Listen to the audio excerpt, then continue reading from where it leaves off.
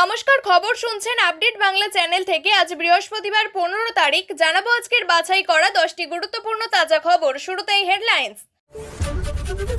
Operation সিন্দুর নিয়ে NDA মুখ্যমন্ত্রীদের সঙ্গে বৈঠকে মোদি। মমতারা কি দোষ করলেন, প্রশ্ন কংগ্রেসের। কোনো যুদ্ধই হয়নি, দু একটা মিসাইল ওদিকে গিয়েছে, কোথায় জঙ্গি ঘাঁটি ধ্বংস, কেন্দ্রের কাছে প্রমাণ চাইলেন সৌগত রায়। এবার বাংলাদেশিদের বড় খেলা ধরে ফেলল বিএসএফ। চীন তুরস্ককে হুঁশিয়ারি ভারতের, সীমান্ত যুদ্ধে পাকিস্তানকে মদতের কঠোর জবাব। প্রয়াত তেহট্টে তৃণমূল বিধায়ক তাপস সাহা। বাংলাদেশের বড় বিপদ, ঢাকা ছাড়লেন পাক হাই কমিশনার, সফর বাতিল সেনা প্রধানের। কর্নেল সোফিয়া কুরেশিকে নিয়ে কুরুচিকর মন্তব্য, বিজেপির মন্ত্রীর বিরুদ্ধে মামলা দায়ের করতে নির্দেশ আদালতের। সিউড়ির পরিত্যক্ত বাড়িতে মজুদ বোমা, বিস্ফোরণে তালগাছের মাথায় ঘরের চাল, আটক 2। এবার আসছি বিস্তারিত খবরে। বাংলার মুখ্যমন্ত্রী মমতা বন্দ্যোপাধ্যায়, কেরলের মুখ্যমন্ত্রী পিনরাই বিজয়ন, কর্ণাটকের সিদ্দারামাইয়া, তামিলনাড়ুর এম.কে. স্টালিন সহ বিরোধী মুখ্যমন্ত্রীরা কি অপরাধ করলেন যে প্রধানমন্ত্রী তাদের বাদ দিয়ে বৈঠকে বসছেন, প্রশ্ন তুলল কংগ্রেস। এমনকি সংসদের বিশেষ অধিবেশনে ডাকার দাবিও জানানো হলেও প্রধানমন্ত্রী কর্ণপাত করছেন না বলে অভিযোগ কংগ্রেসের। রাহুল গান্ধীর উপস্থিতিতে বিহার থেকে জয় হিন্দ সভার সূচনা করার সিদ্ধান্ত নেয় দলের জাতীয় কর্মসমিতি। জয়রামের কথায় পেহেলগাঁওয়ে হামলার গোয়েন্দার ব্যর্থতার দায় কার, তা আজও কেন্দ্রের তরফে স্বীকার করা হয়নি। কেন সেদিন ঘটনাস্থলে কোনো নিরাপত্তারক্ষী ছিল না, তা নিয়েও প্রশ্ন তোলা হয়। কংগ্রেসের অভিযোগ, অপারেশন সিন্দুর নিয়ে দুটি সর্বদলীয় বৈঠক হলেও একটাতেও প্রধানমন্ত্রী হাজির ছিলেন না। তার উপস্থিতিতে সর্বদলীয় ডাকার দাবি তোলা হয় শতাব্দী প্রাচীন দলের তরফে। কংগ্রেসের অভিযোগ, দলমত নির্বিশেষে অপারেশন সিন্দুর সমর্থন করা হলেও সংসদের বিশেষ অধিবেশন এখনো ডাকা হলো না। দেশের জনগণ সরকারের পাশে দাঁড়িয়েছে, সেই জনগণের প্রতিনিধি সাংসদরা, কিন্তু দেশের সাংসদদের অন্ধকারে রাখা হয়েছে। তার মানে দেশবাসীর কাছে কিছু লুকোতে চাইছেন প্রধানমন্ত্রী। স্বাধীনতার পর যতবার এরকম পরিস্থিতি হয়েছে ততবার সংসদের বিশেষ অধিবেশন ডেকে সাংসদদের অবহিত করা হয়েছে। সংঘর্ষ বিরতি ঘোষণার পর এমনিতেই ভারতের বিরোধীদের নিশানায় ট্রাম্প। একাধিক ইস্যুতে উঠছে প্রশ্ন। যখন সারা দেশ সেনাবাহিনীর প্রশংসায় পঞ্চমুখ, ঠিক তখনই গোটা প্রত্যাঘাতের বিষয় নিয়ে বড় প্রশ্ন তুলেছেন তৃণমূলের বর্ষিয়ান সৌগত রায়। প্রসঙ্গত, লাগাতার সংঘর্ষ থেমেছে, বন্ধ হয়েছে গোলাগুলি, কিন্তু এখনও উপত্যকায় পুরোপুরি কাটেনি উদ্বেগ। এখনো ঘরছাড়া জম্মুর আর্নিয়া সেক্টরের বহু গ্রামবাসী, আতঙ্ক যায়নি কাশ্মীর ঘেঁষা সীমান্তের গ্রামগুলিতেও। নিয়ন্ত্রণ রেখা এবং সীমান্তবর্তী এলাকায় স্কুল কলেজগুলো এবং বন্ধ রাখা হয়েছে। পাকিস্তানের থেকে মুহুর্মুহু উড়ে এসেছে ড্রোন, শত্রুপক্ষের সেল গুঁড়িয়ে দিয়েছে একাধিক ঘর বাড়ি। বিনিদ্র রজনী যাপন করেছে জম্মুর সাম্বা, আরএসপুরা, আখনুর, আর্নিয়া। এখন সংঘর্ষ বিরোধী, গোলাগুলি থেমেছে, কিন্তু এই নীরবতার মধ্যেও লুকিয়ে রয়েছে উদ্বেগ। স্বস্তি ফেরেনি পাকিস্তান ঘেঁষা জম্মুর সীমান্তবর্তী গ্রামগুলিতেও। ভারত পাকিস্তান লড়াইয়ের সময় পরপর 3টি গোলা এসে পড়ে গ্রামের ভিতরে। প্রাণ বাঁচানোর তাগিদে রাতভর বাংকারে কাটান গ্রামবাসীরা। সকাল হতেই গ্রাম ছাড়েন। অনেক বাড়িতেই ঝুলছে তালা, আর গোটা গ্রাম এক প্রকার বলা যেতে পারে জনমানব শূন্য। দু একটি বাড়িতে বাসিন্দারা ফিরেছেন, কিন্তু যারা ফিরেছেন তারা দু একটি পশুপালন চাষবাসের কারণে দিনের বেলায় থাকেন, আবার রাতের বেলায় চলে যান। জম্মুর এক বাসিন্দা বলেন, ভগবানের কৃপা যে আমাদের কোনো ক্ষয়ক্ষতি হয়নি, বাইরেই পড়েছে। বড় বড় গোলা ওদিক থেকে এসেছে, এদিক থেকেও গেছে। পাকিস্তানের থেকে ফায়ারিং হচ্ছিল, লুকোনোর জায়গা ছিল না। আমরা এই বাংকারে চলে গিয়েছিলাম। একটা গোলা আমাদের বাড়ির পিছনের দিকে পড়েছিল, কাল সকালেই ফিরেছে। বেআইনিভাবে ভারতে প্রবেশের পর উন্মুক্ত সীমান্ত দিয়ে দেশে ফিরতে গিয়েছিলেন। সেই সময় বিএসএফ এর হাতে ধরা পড়ল সন্তান সহ এক বাংলাদেশি মহিলা। বুধবার বিএসএফ এর তরফে ওই মহিলাকে পতিরাম থানার পুলিশের হাতে তুলে দেওয়া হয়। বুধবার ওই মহিলাকে বালুরঘাট জেলা আদালতে তোলা হলে তাকে 14 দিনের জেল হেফাজতের নির্দেশ দিয়েছেন বিচারক। ভারত পাকিস্তান সংঘাতের আবহে রাজস্থানে ঘাপটি মেরেছিল বেআইনিভাবে ঢুকে পড়া বাংলাদেশিরা। বর্তমানে দক্ষিণ দিনাজপুরের সীমান্ত দিয়ে নিজেদের দেশে ফেরার চেষ্টা করছে। এমনই এক পরিবারের এক সদস্যকে বাংলাদেশে পার হওয়ার সময় হাতে নাতে ধরল বিএসএফ। তবে বিএসএফ এর অভিযানে পালিয়ে যায় ওই মহিলার স্বামী সহ পরিবারের অন্যান্য সদস্যরা। বুধবার মধ্যরাত্রে পতিরাম থানায় মাধবপুর সীমান্ত দিয়ে পার হওয়ার সময় বিএসএফ এর হাতে ধরা পড়েন ওই বাংলাদেশি মহিলা। এদিন বিএসএফ ওই মহিলা এবং তার ছোট্ট শিশুকে পতিরাম থানায় পুলিশের হাতে তুলে দেয়। ধৃত ওই মহিলার নাম মুন্নি বেগম, বয়স 23। তার সঙ্গে 1.5 বছরের ছোট্ট পুত্র সন্তানও রয়েছে। তার স্বামী মোহাম্মদ জাহিদ। বাড়ি বাংলাদেশের দিনাজপুর জেলার পার্বতীপুরে। ওই পরিবার বছরখানেক আগে বাংলাদেশ থেকে এই দেশে অনুপ্রবেশ করে। ওই মহিলা তার স্বামীর সঙ্গে রাজস্থানের জয়পুরে কাজ করত। রাজস্থানে পাকিস্তানের সঙ্গে ভারতের সংঘাতে শুরু হতেই নিরাপত্তা জোরদার করা হয়েছে। এমন পরিস্থিতিতে ওই মহিলা তার স্বামী সহ এক ঝাঁক বাংলাদেশিরা সেখান থেকে পালিয়ে আসে। এরপর এই জেলায় এসে পতিরামের উপর দিয়ে বটুনের রাধাকৃষ্ণপুর গ্রামে পৌঁছায়। দালালদের মাধ্যমে সে বাংলাদেশে যাওয়ার চেষ্টা করে। সেই সময় বিএসএফ এর হাতেই ধরা পড়ে।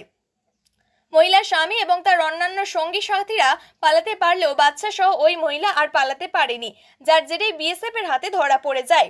এদিকে ওই মহিলার স্বামী এবং তার সঙ্গীরা বাংলাদেশের দিকে পালিয়ে গিয়েছে বলেই প্রাথমিক অনুমান। পুরো ঘটনা খতিয়ে দেখছে বিএসএফ এবং পুলিশ। ভারত পাকিস্তান যুদ্ধের আবহে ইসলামাবাদের পাশে দাঁড়িয়েছিল চীন এবং তুরস্ক।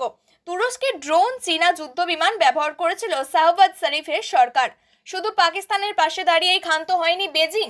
ভারতীয় সেনাবাহিনী এবং অপারেশন সিন্দুর নিয়ে লাগাতার ভুল তথ্য প্রচার করে গিয়েছে। এই অভিযোগে বুধবার চীনের দুটি সরকারি প্রচার মাধ্যমের এক্স হ্যান্ডেলকে নিষিদ্ধ ঘোষণা করল মোদী সরকার। এই তালিকায় রয়েছে চীনের সরকারি সংবাদপত্র গ্লোবাল টাইমস, সংবাদ সংস্থা জিন্নহুয়া। ছাড় পায়নি তুরস্কের সংবাদ মাধ্যম টিআরটি ওয়ার্ল্ডের এক্স হ্যান্ডেল ও সূত্রের খবর। এরদোগানের দেশের সরকারি সংবাদ মাধ্যম থেকে ভারত বিরোধী ভুয়ো খবর ছড়ানো হয়েছে। এমনকি পাকিস্তানকে 350টিরও বেশি ড্রোন ও তা চালানোর জন্য লোক পাঠিয়েছিল তুরস্ক।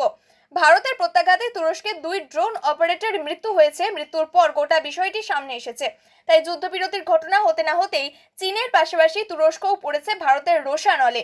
শুধু ভুয়ো খবর নয়, অরুণাচল প্রদেশের 27টি জায়গার নাম বদলে দেওয়ার চেষ্টা নিয়েও তুরস্ককে চীনকে তুলোধনা করেছে ভারত। বিদেশ মন্ত্রকের মুখপাত্র রণধীর জয়সওয়াল বলেন, আমরা লক্ষ্য করছি ভারতের অরুণাচল প্রদেশের বিভিন্ন জায়গার নামকরণ নিরর্থক এবং অযৌক্তিক প্রচেষ্টা অব্যাহত রেখেছে চীন। এরপরেই বিদেশ মন্ত্রকের তরফ থেকে এক বিবৃতিতে জানানো হয়, চীনের এই নামকরণের প্রচেষ্টাকে আমরা নির্দিষ্টভাবে খারিজ করছি। নামকরণ করলেই বাস্তবটা বদলাবে না। অরুণাচল ভারতের অংশ ছিল, আছে এবং থাকবে। পেহেলগাঁওয়ে পাক মদদুষ্ট জঙ্গি হামলার পরেই প্রত্যাঘাতের পথে হাঁটে ভারত। শুরু হয় অপারেশন সিন্দুর। গুড়িয়ে দেওয়া হয় একের পর এক জঙ্গি ঘাঁটি।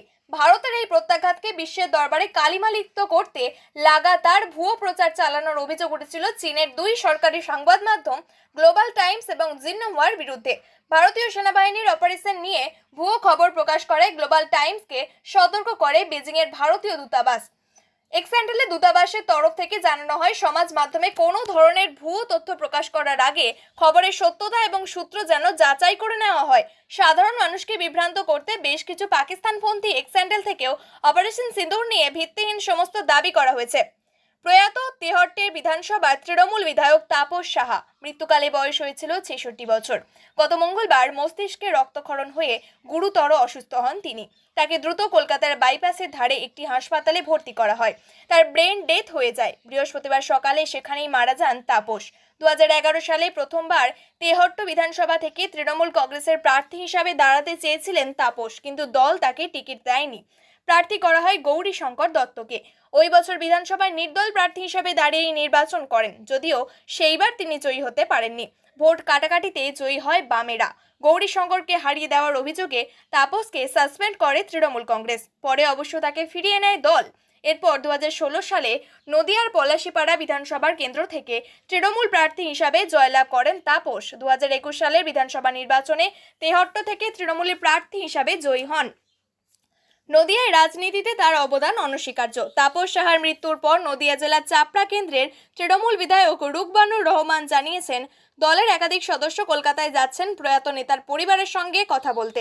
তার শেষকৃত্যের বিষয়টিও ঠিক করা হবে। রুকবানুর জানিয়েছেন, প্রয়াত বিধায়কের শেষকৃত্য সম্পূর্ণ হবে। কিভাবে এবং কোথায় অনুষ্ঠিত হবে তা তাপস সাহার পরিবার এবং দলের সঙ্গে আলোচনা করে স্থির করা হবে। রাজ্য রাজনীতিতে তাপস সাহার অবদান এবং নেতৃত্বের শূন্যতা পূরণীয় হবে না। তার মৃত্যুর পর তেহট্ট কালীগঞ্জ কেন্দ্রের উপনির্বাচন অনিবার্য হয়ে পড়েছে। এই 2 কেন্দ্রের শাসক দল তৃণমূলের জন্য গুরুত্বপূর্ণ নির্বাচন হতে চলেছে। তাপস সাহার নাম কিছুদিন আগে নিয়োগ দুর্নীতি মামলায় উঠে এসেছিল। অভিযোগ ছিল, চাকরি দেওয়ার নাম করে তিনি কোটি কোটি টাকা আত্মসাৎ করেছেন। সিবিআইও তার কণ্ঠস্বর সংগ্রহ করেছিল এবং সেই ঘটনায় তদন্তও চলছিল। তাপস সাহার মৃত্যুর পর কৃষ্ণনগর লোকসভার অধীনে আসন দুটি তেহট্ট কালীগঞ্জ উভয়ের জন্যই উপনির্বাচন করতে হবে। তেহট্টের বিধায়ক এবং কালীগঞ্জের বিধায়কের মৃত্যুর পর এই নির্বাচন অত্যন্ত গুরুত্বপূর্ণ হয়ে উঠেছে। রাজ্যের শাসক দল তৃণমূল এবং বিরোধী পক্ষের জন্য এটা একটা বড় চ্যালেঞ্জ হবে। বাংলাদেশে নতুন করে অশান্তি, শেষ মুহূর্তে বাতিল করে দেওয়া হলো বাংলাদেশের সেনা প্রধানের আমেরিকা সফর। সরকার বনাম সেনার সংঘাতের ইঙ্গিত। একদিকে সেখানে মোহাম্মদ ইউনূসের নেতৃত্বে অন্তর্বর্তী সরকারের প্রতিনিধি এবং সেনা কর্তারা বিভিন্ন দেশের প্রতিনিধিদের সঙ্গে বৈঠক করেছেন। সেখানেই সেনা প্রধান জেনারেল ওয়াকার উজ জামানের আমেরিকা সফর বাতিল করে দেওয়া হলো, তাও আবার শেষ মুহূর্তে।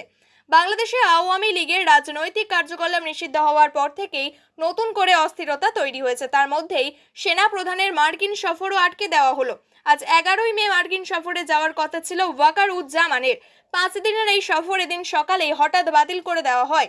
সফর বাতিল করার পিছনে কারণ কি তাও জানানো হয়নি ইউনূস সরকারের তরফে। অন্যদিকে আচমকা ঢাকা ছেড়েছেন পাকিস্তানের হাই কমিশনার শহীদ আহমেদ মারুফও। যেদিন সেনাপ্রধানের মার্কিন সফর বাতিল করে দেওয়া হলো সেদিনই পাক হাই কমিশনারকে তড়িঘড়ি দেশে ডেকে নেওয়ার ঘটনায় অনেকেই ভুরু কুঁচকেছে। সূত্রের খবর, জেনারেল জামান সম্প্রতি নবম ইনফ্যান্ট্রি ডিভিশনের প্রধান জেনারেল মঈন খান এবং chief of general staff lieutenant general Mizanur Rahman সামিমের সঙ্গে দেখা করেছিলেন। মারুফ 2 দিনের বাংলাদেশ সফরে এসে নিজেকে কক্সবাজারের হোটেলেই বন্দী রেখেছিলেন। সেখানে তিনি জামাত-ই-ইসলামী এবং আরকান রোহিঙ্গা সালভেশন আর্মির প্রতিনিধিদের সঙ্গে দেখা করেন, কিন্তু পাকিস্তান থেকে তলব আসতেই তড়িঘড়ি তিনি বাংলাদেশ ছেড়েছেন। টি-শার্ট জিন্স পরেই তিনি পাকিস্তানে চলে যান। বিএনপি সহ একাধিক বিরোধী দল আওয়ামী লীগের উপরে ব্যান চাপিয়ে দেওয়ার সিদ্ধান্তের বিরোধিতা করেছে। এমনকি জামায়াত বলেছে এই সিদ্ধান্ত সব দলের বৈঠকে করে নেওয়া উচিত ছিল। অপারেশন সিন্দুরের মুখ হয়ে উঠেছেন কর্নেল সোফিয়া কুরেশি। তাকে নিয়ে বিতর্কিত মন্তব্য করে বিপাকে মধ্যপ্রদেশের মন্ত্রী তথা বর্ষিয়ান বিজেপি নেতা। তার বিরুদ্ধে মামলা দায়ের করতে নির্দেশ দিল রাজ্যের হাইকোর্ট। স্বতঃপ্রণোদিতভাবে হস্তক্ষেপ করে নির্দেশ দিয়েছে আদালত। আজই মন্ত্রীর বিরুদ্ধে এফআইআর দায়ের করতে হবে বলে জানানো হয়েছে। পেহেলগাঁওয়ে জঙ্গি হামলার পর পাকিস্তান এবং পাক অধিকৃত কাশ্মীরে যে অপারেশন সিন্দুর অভিযান চালায় ভারতীয় সশস্ত্র বাহিনী, তার মুখ হয়ে ওঠেন কর্নেল সোফিয়া কুরেশি। কোথায় কিভাবে জঙ্গি ঘাঁটি গুঁড়িয়ে দেওয়া হয়েছে তা গোটা দেশের সামনে তুলে ধরেন তিনি। সেই কর্নেল সোফিয়াকে নিয়েই সম্প্রতি বিতর্কিত মন্তব্য করে বসেন মধ্যপ্রদেশের জনজাতি কল্যাণ মন্ত্রী বিজয় শাহ।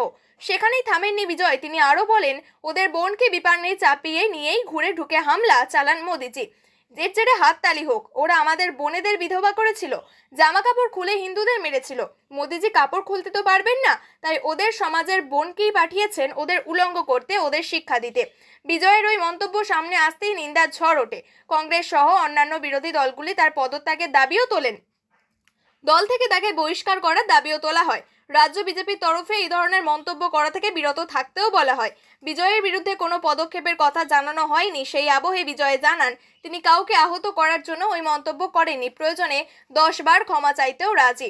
আর তারপরেই বিজয়ের বিরুদ্ধে মামলা দায়ের করতে নির্দেশ দিল আদালতে। বিজয় যখন প্রকাশ্য সভায় ওই মন্তব্য করেন, সেখানে উপস্থিত ছিলেন কেন্দ্রীয় নারী এবং শিশু কল্যাণ মন্ত্রী সাবিত্রী ঠাকুর, রাজ্যের বিধায়ক তথা প্রাক্তন মন্ত্রী উষা ঠাকুর, কিন্তু কাউকেই প্রতিবাদ জানাতে দেখা যায়নি। যদিও জাতীয় মহিলা কমিশনের চেয়ারপারসন বিজয়ের মন্তব্যে তীব্র নিন্দা করেছেন। কংগ্রেসের তরফেও তার বিরুদ্ধে পদক্ষেপ চেয়ে স্মারকলিপি জমা দেওয়া হয়। মাঝরাতে বিকট শব্দে কেঁপে উঠল সিউড়ির গ্রাম। বিস্ফোরণের তীব্রতা এতটাই ছিল যে পরিত্যক্ত মাটির বাড়ির টিনের চালা উড়ে পড়ল তাল গাছের মাথায়। পাশের পাড়ায় কুল গাছের মাথায় উঠেছে চিনের চাল, ঝলসে গিয়েছে গাছগুলি। প্রাথমিকভাবে মনে করা হচ্ছে মাটির ঘরের ভিতরে বোমা রাখা ছিল। এই ঘটনার রাতেই দুজনকে আটক করা হয়েছে, তবে পলাতক বাড়ির মালিক। মাটির বাড়িটির মালিক গোলাম মোর্তজা সিউড়ি থানায় কুহুডিহি গ্রামের পশ্চিম পাড়ার বাসিন্দা, সাঁইথিয়ার এক বালিঘাটে কর্মরত। এছাড়া ট্রাক্টর টোটোর মালিকও। যে বাড়িটিতে বিস্ফোরণ হয়েছে সেখানে কেউ থাকতেন না, তবে তাদের আশেপাশে মোর্তাজা এবং আত্মীয়দের বাস। স্থানীয় সূত্রে খবর, বুধবার রাত 1:30 নাগাদ বিকট শব্দে কেঁপে ওঠে এলাকা। মাটির পরিত্যক্ত বাড়িটি বিস্ফোরণ হয়। এলাকাবাসীদের সন্দেহ বাড়িটিতে বোমা মজুত করা হয়েছিল। যদিও অঞ্চল তৃণমূলের আহ্বায়ক মুদাসর হুসেন খান জানান, গোলাম মোর্তাজা এলাকায় সজ্জন হিসাবেই পরিচিত, সে বোমা মজুত করতে পারে বলে মনে করি না। অন্যদিকে গত কয়েকদিন ধরেই সাঁইথিয়ার হাতোড়া গ্রাম পঞ্চায়েতের ছোট সিজা গ্রামে বোমা উদ্ধার হয়েছে। এর সঙ্গে কুহুডিহি গ্রামের বিস্ফোরণের সম্পর্ক রয়েছে কিনা তা খতিয়ে দেখছে পুলিশ।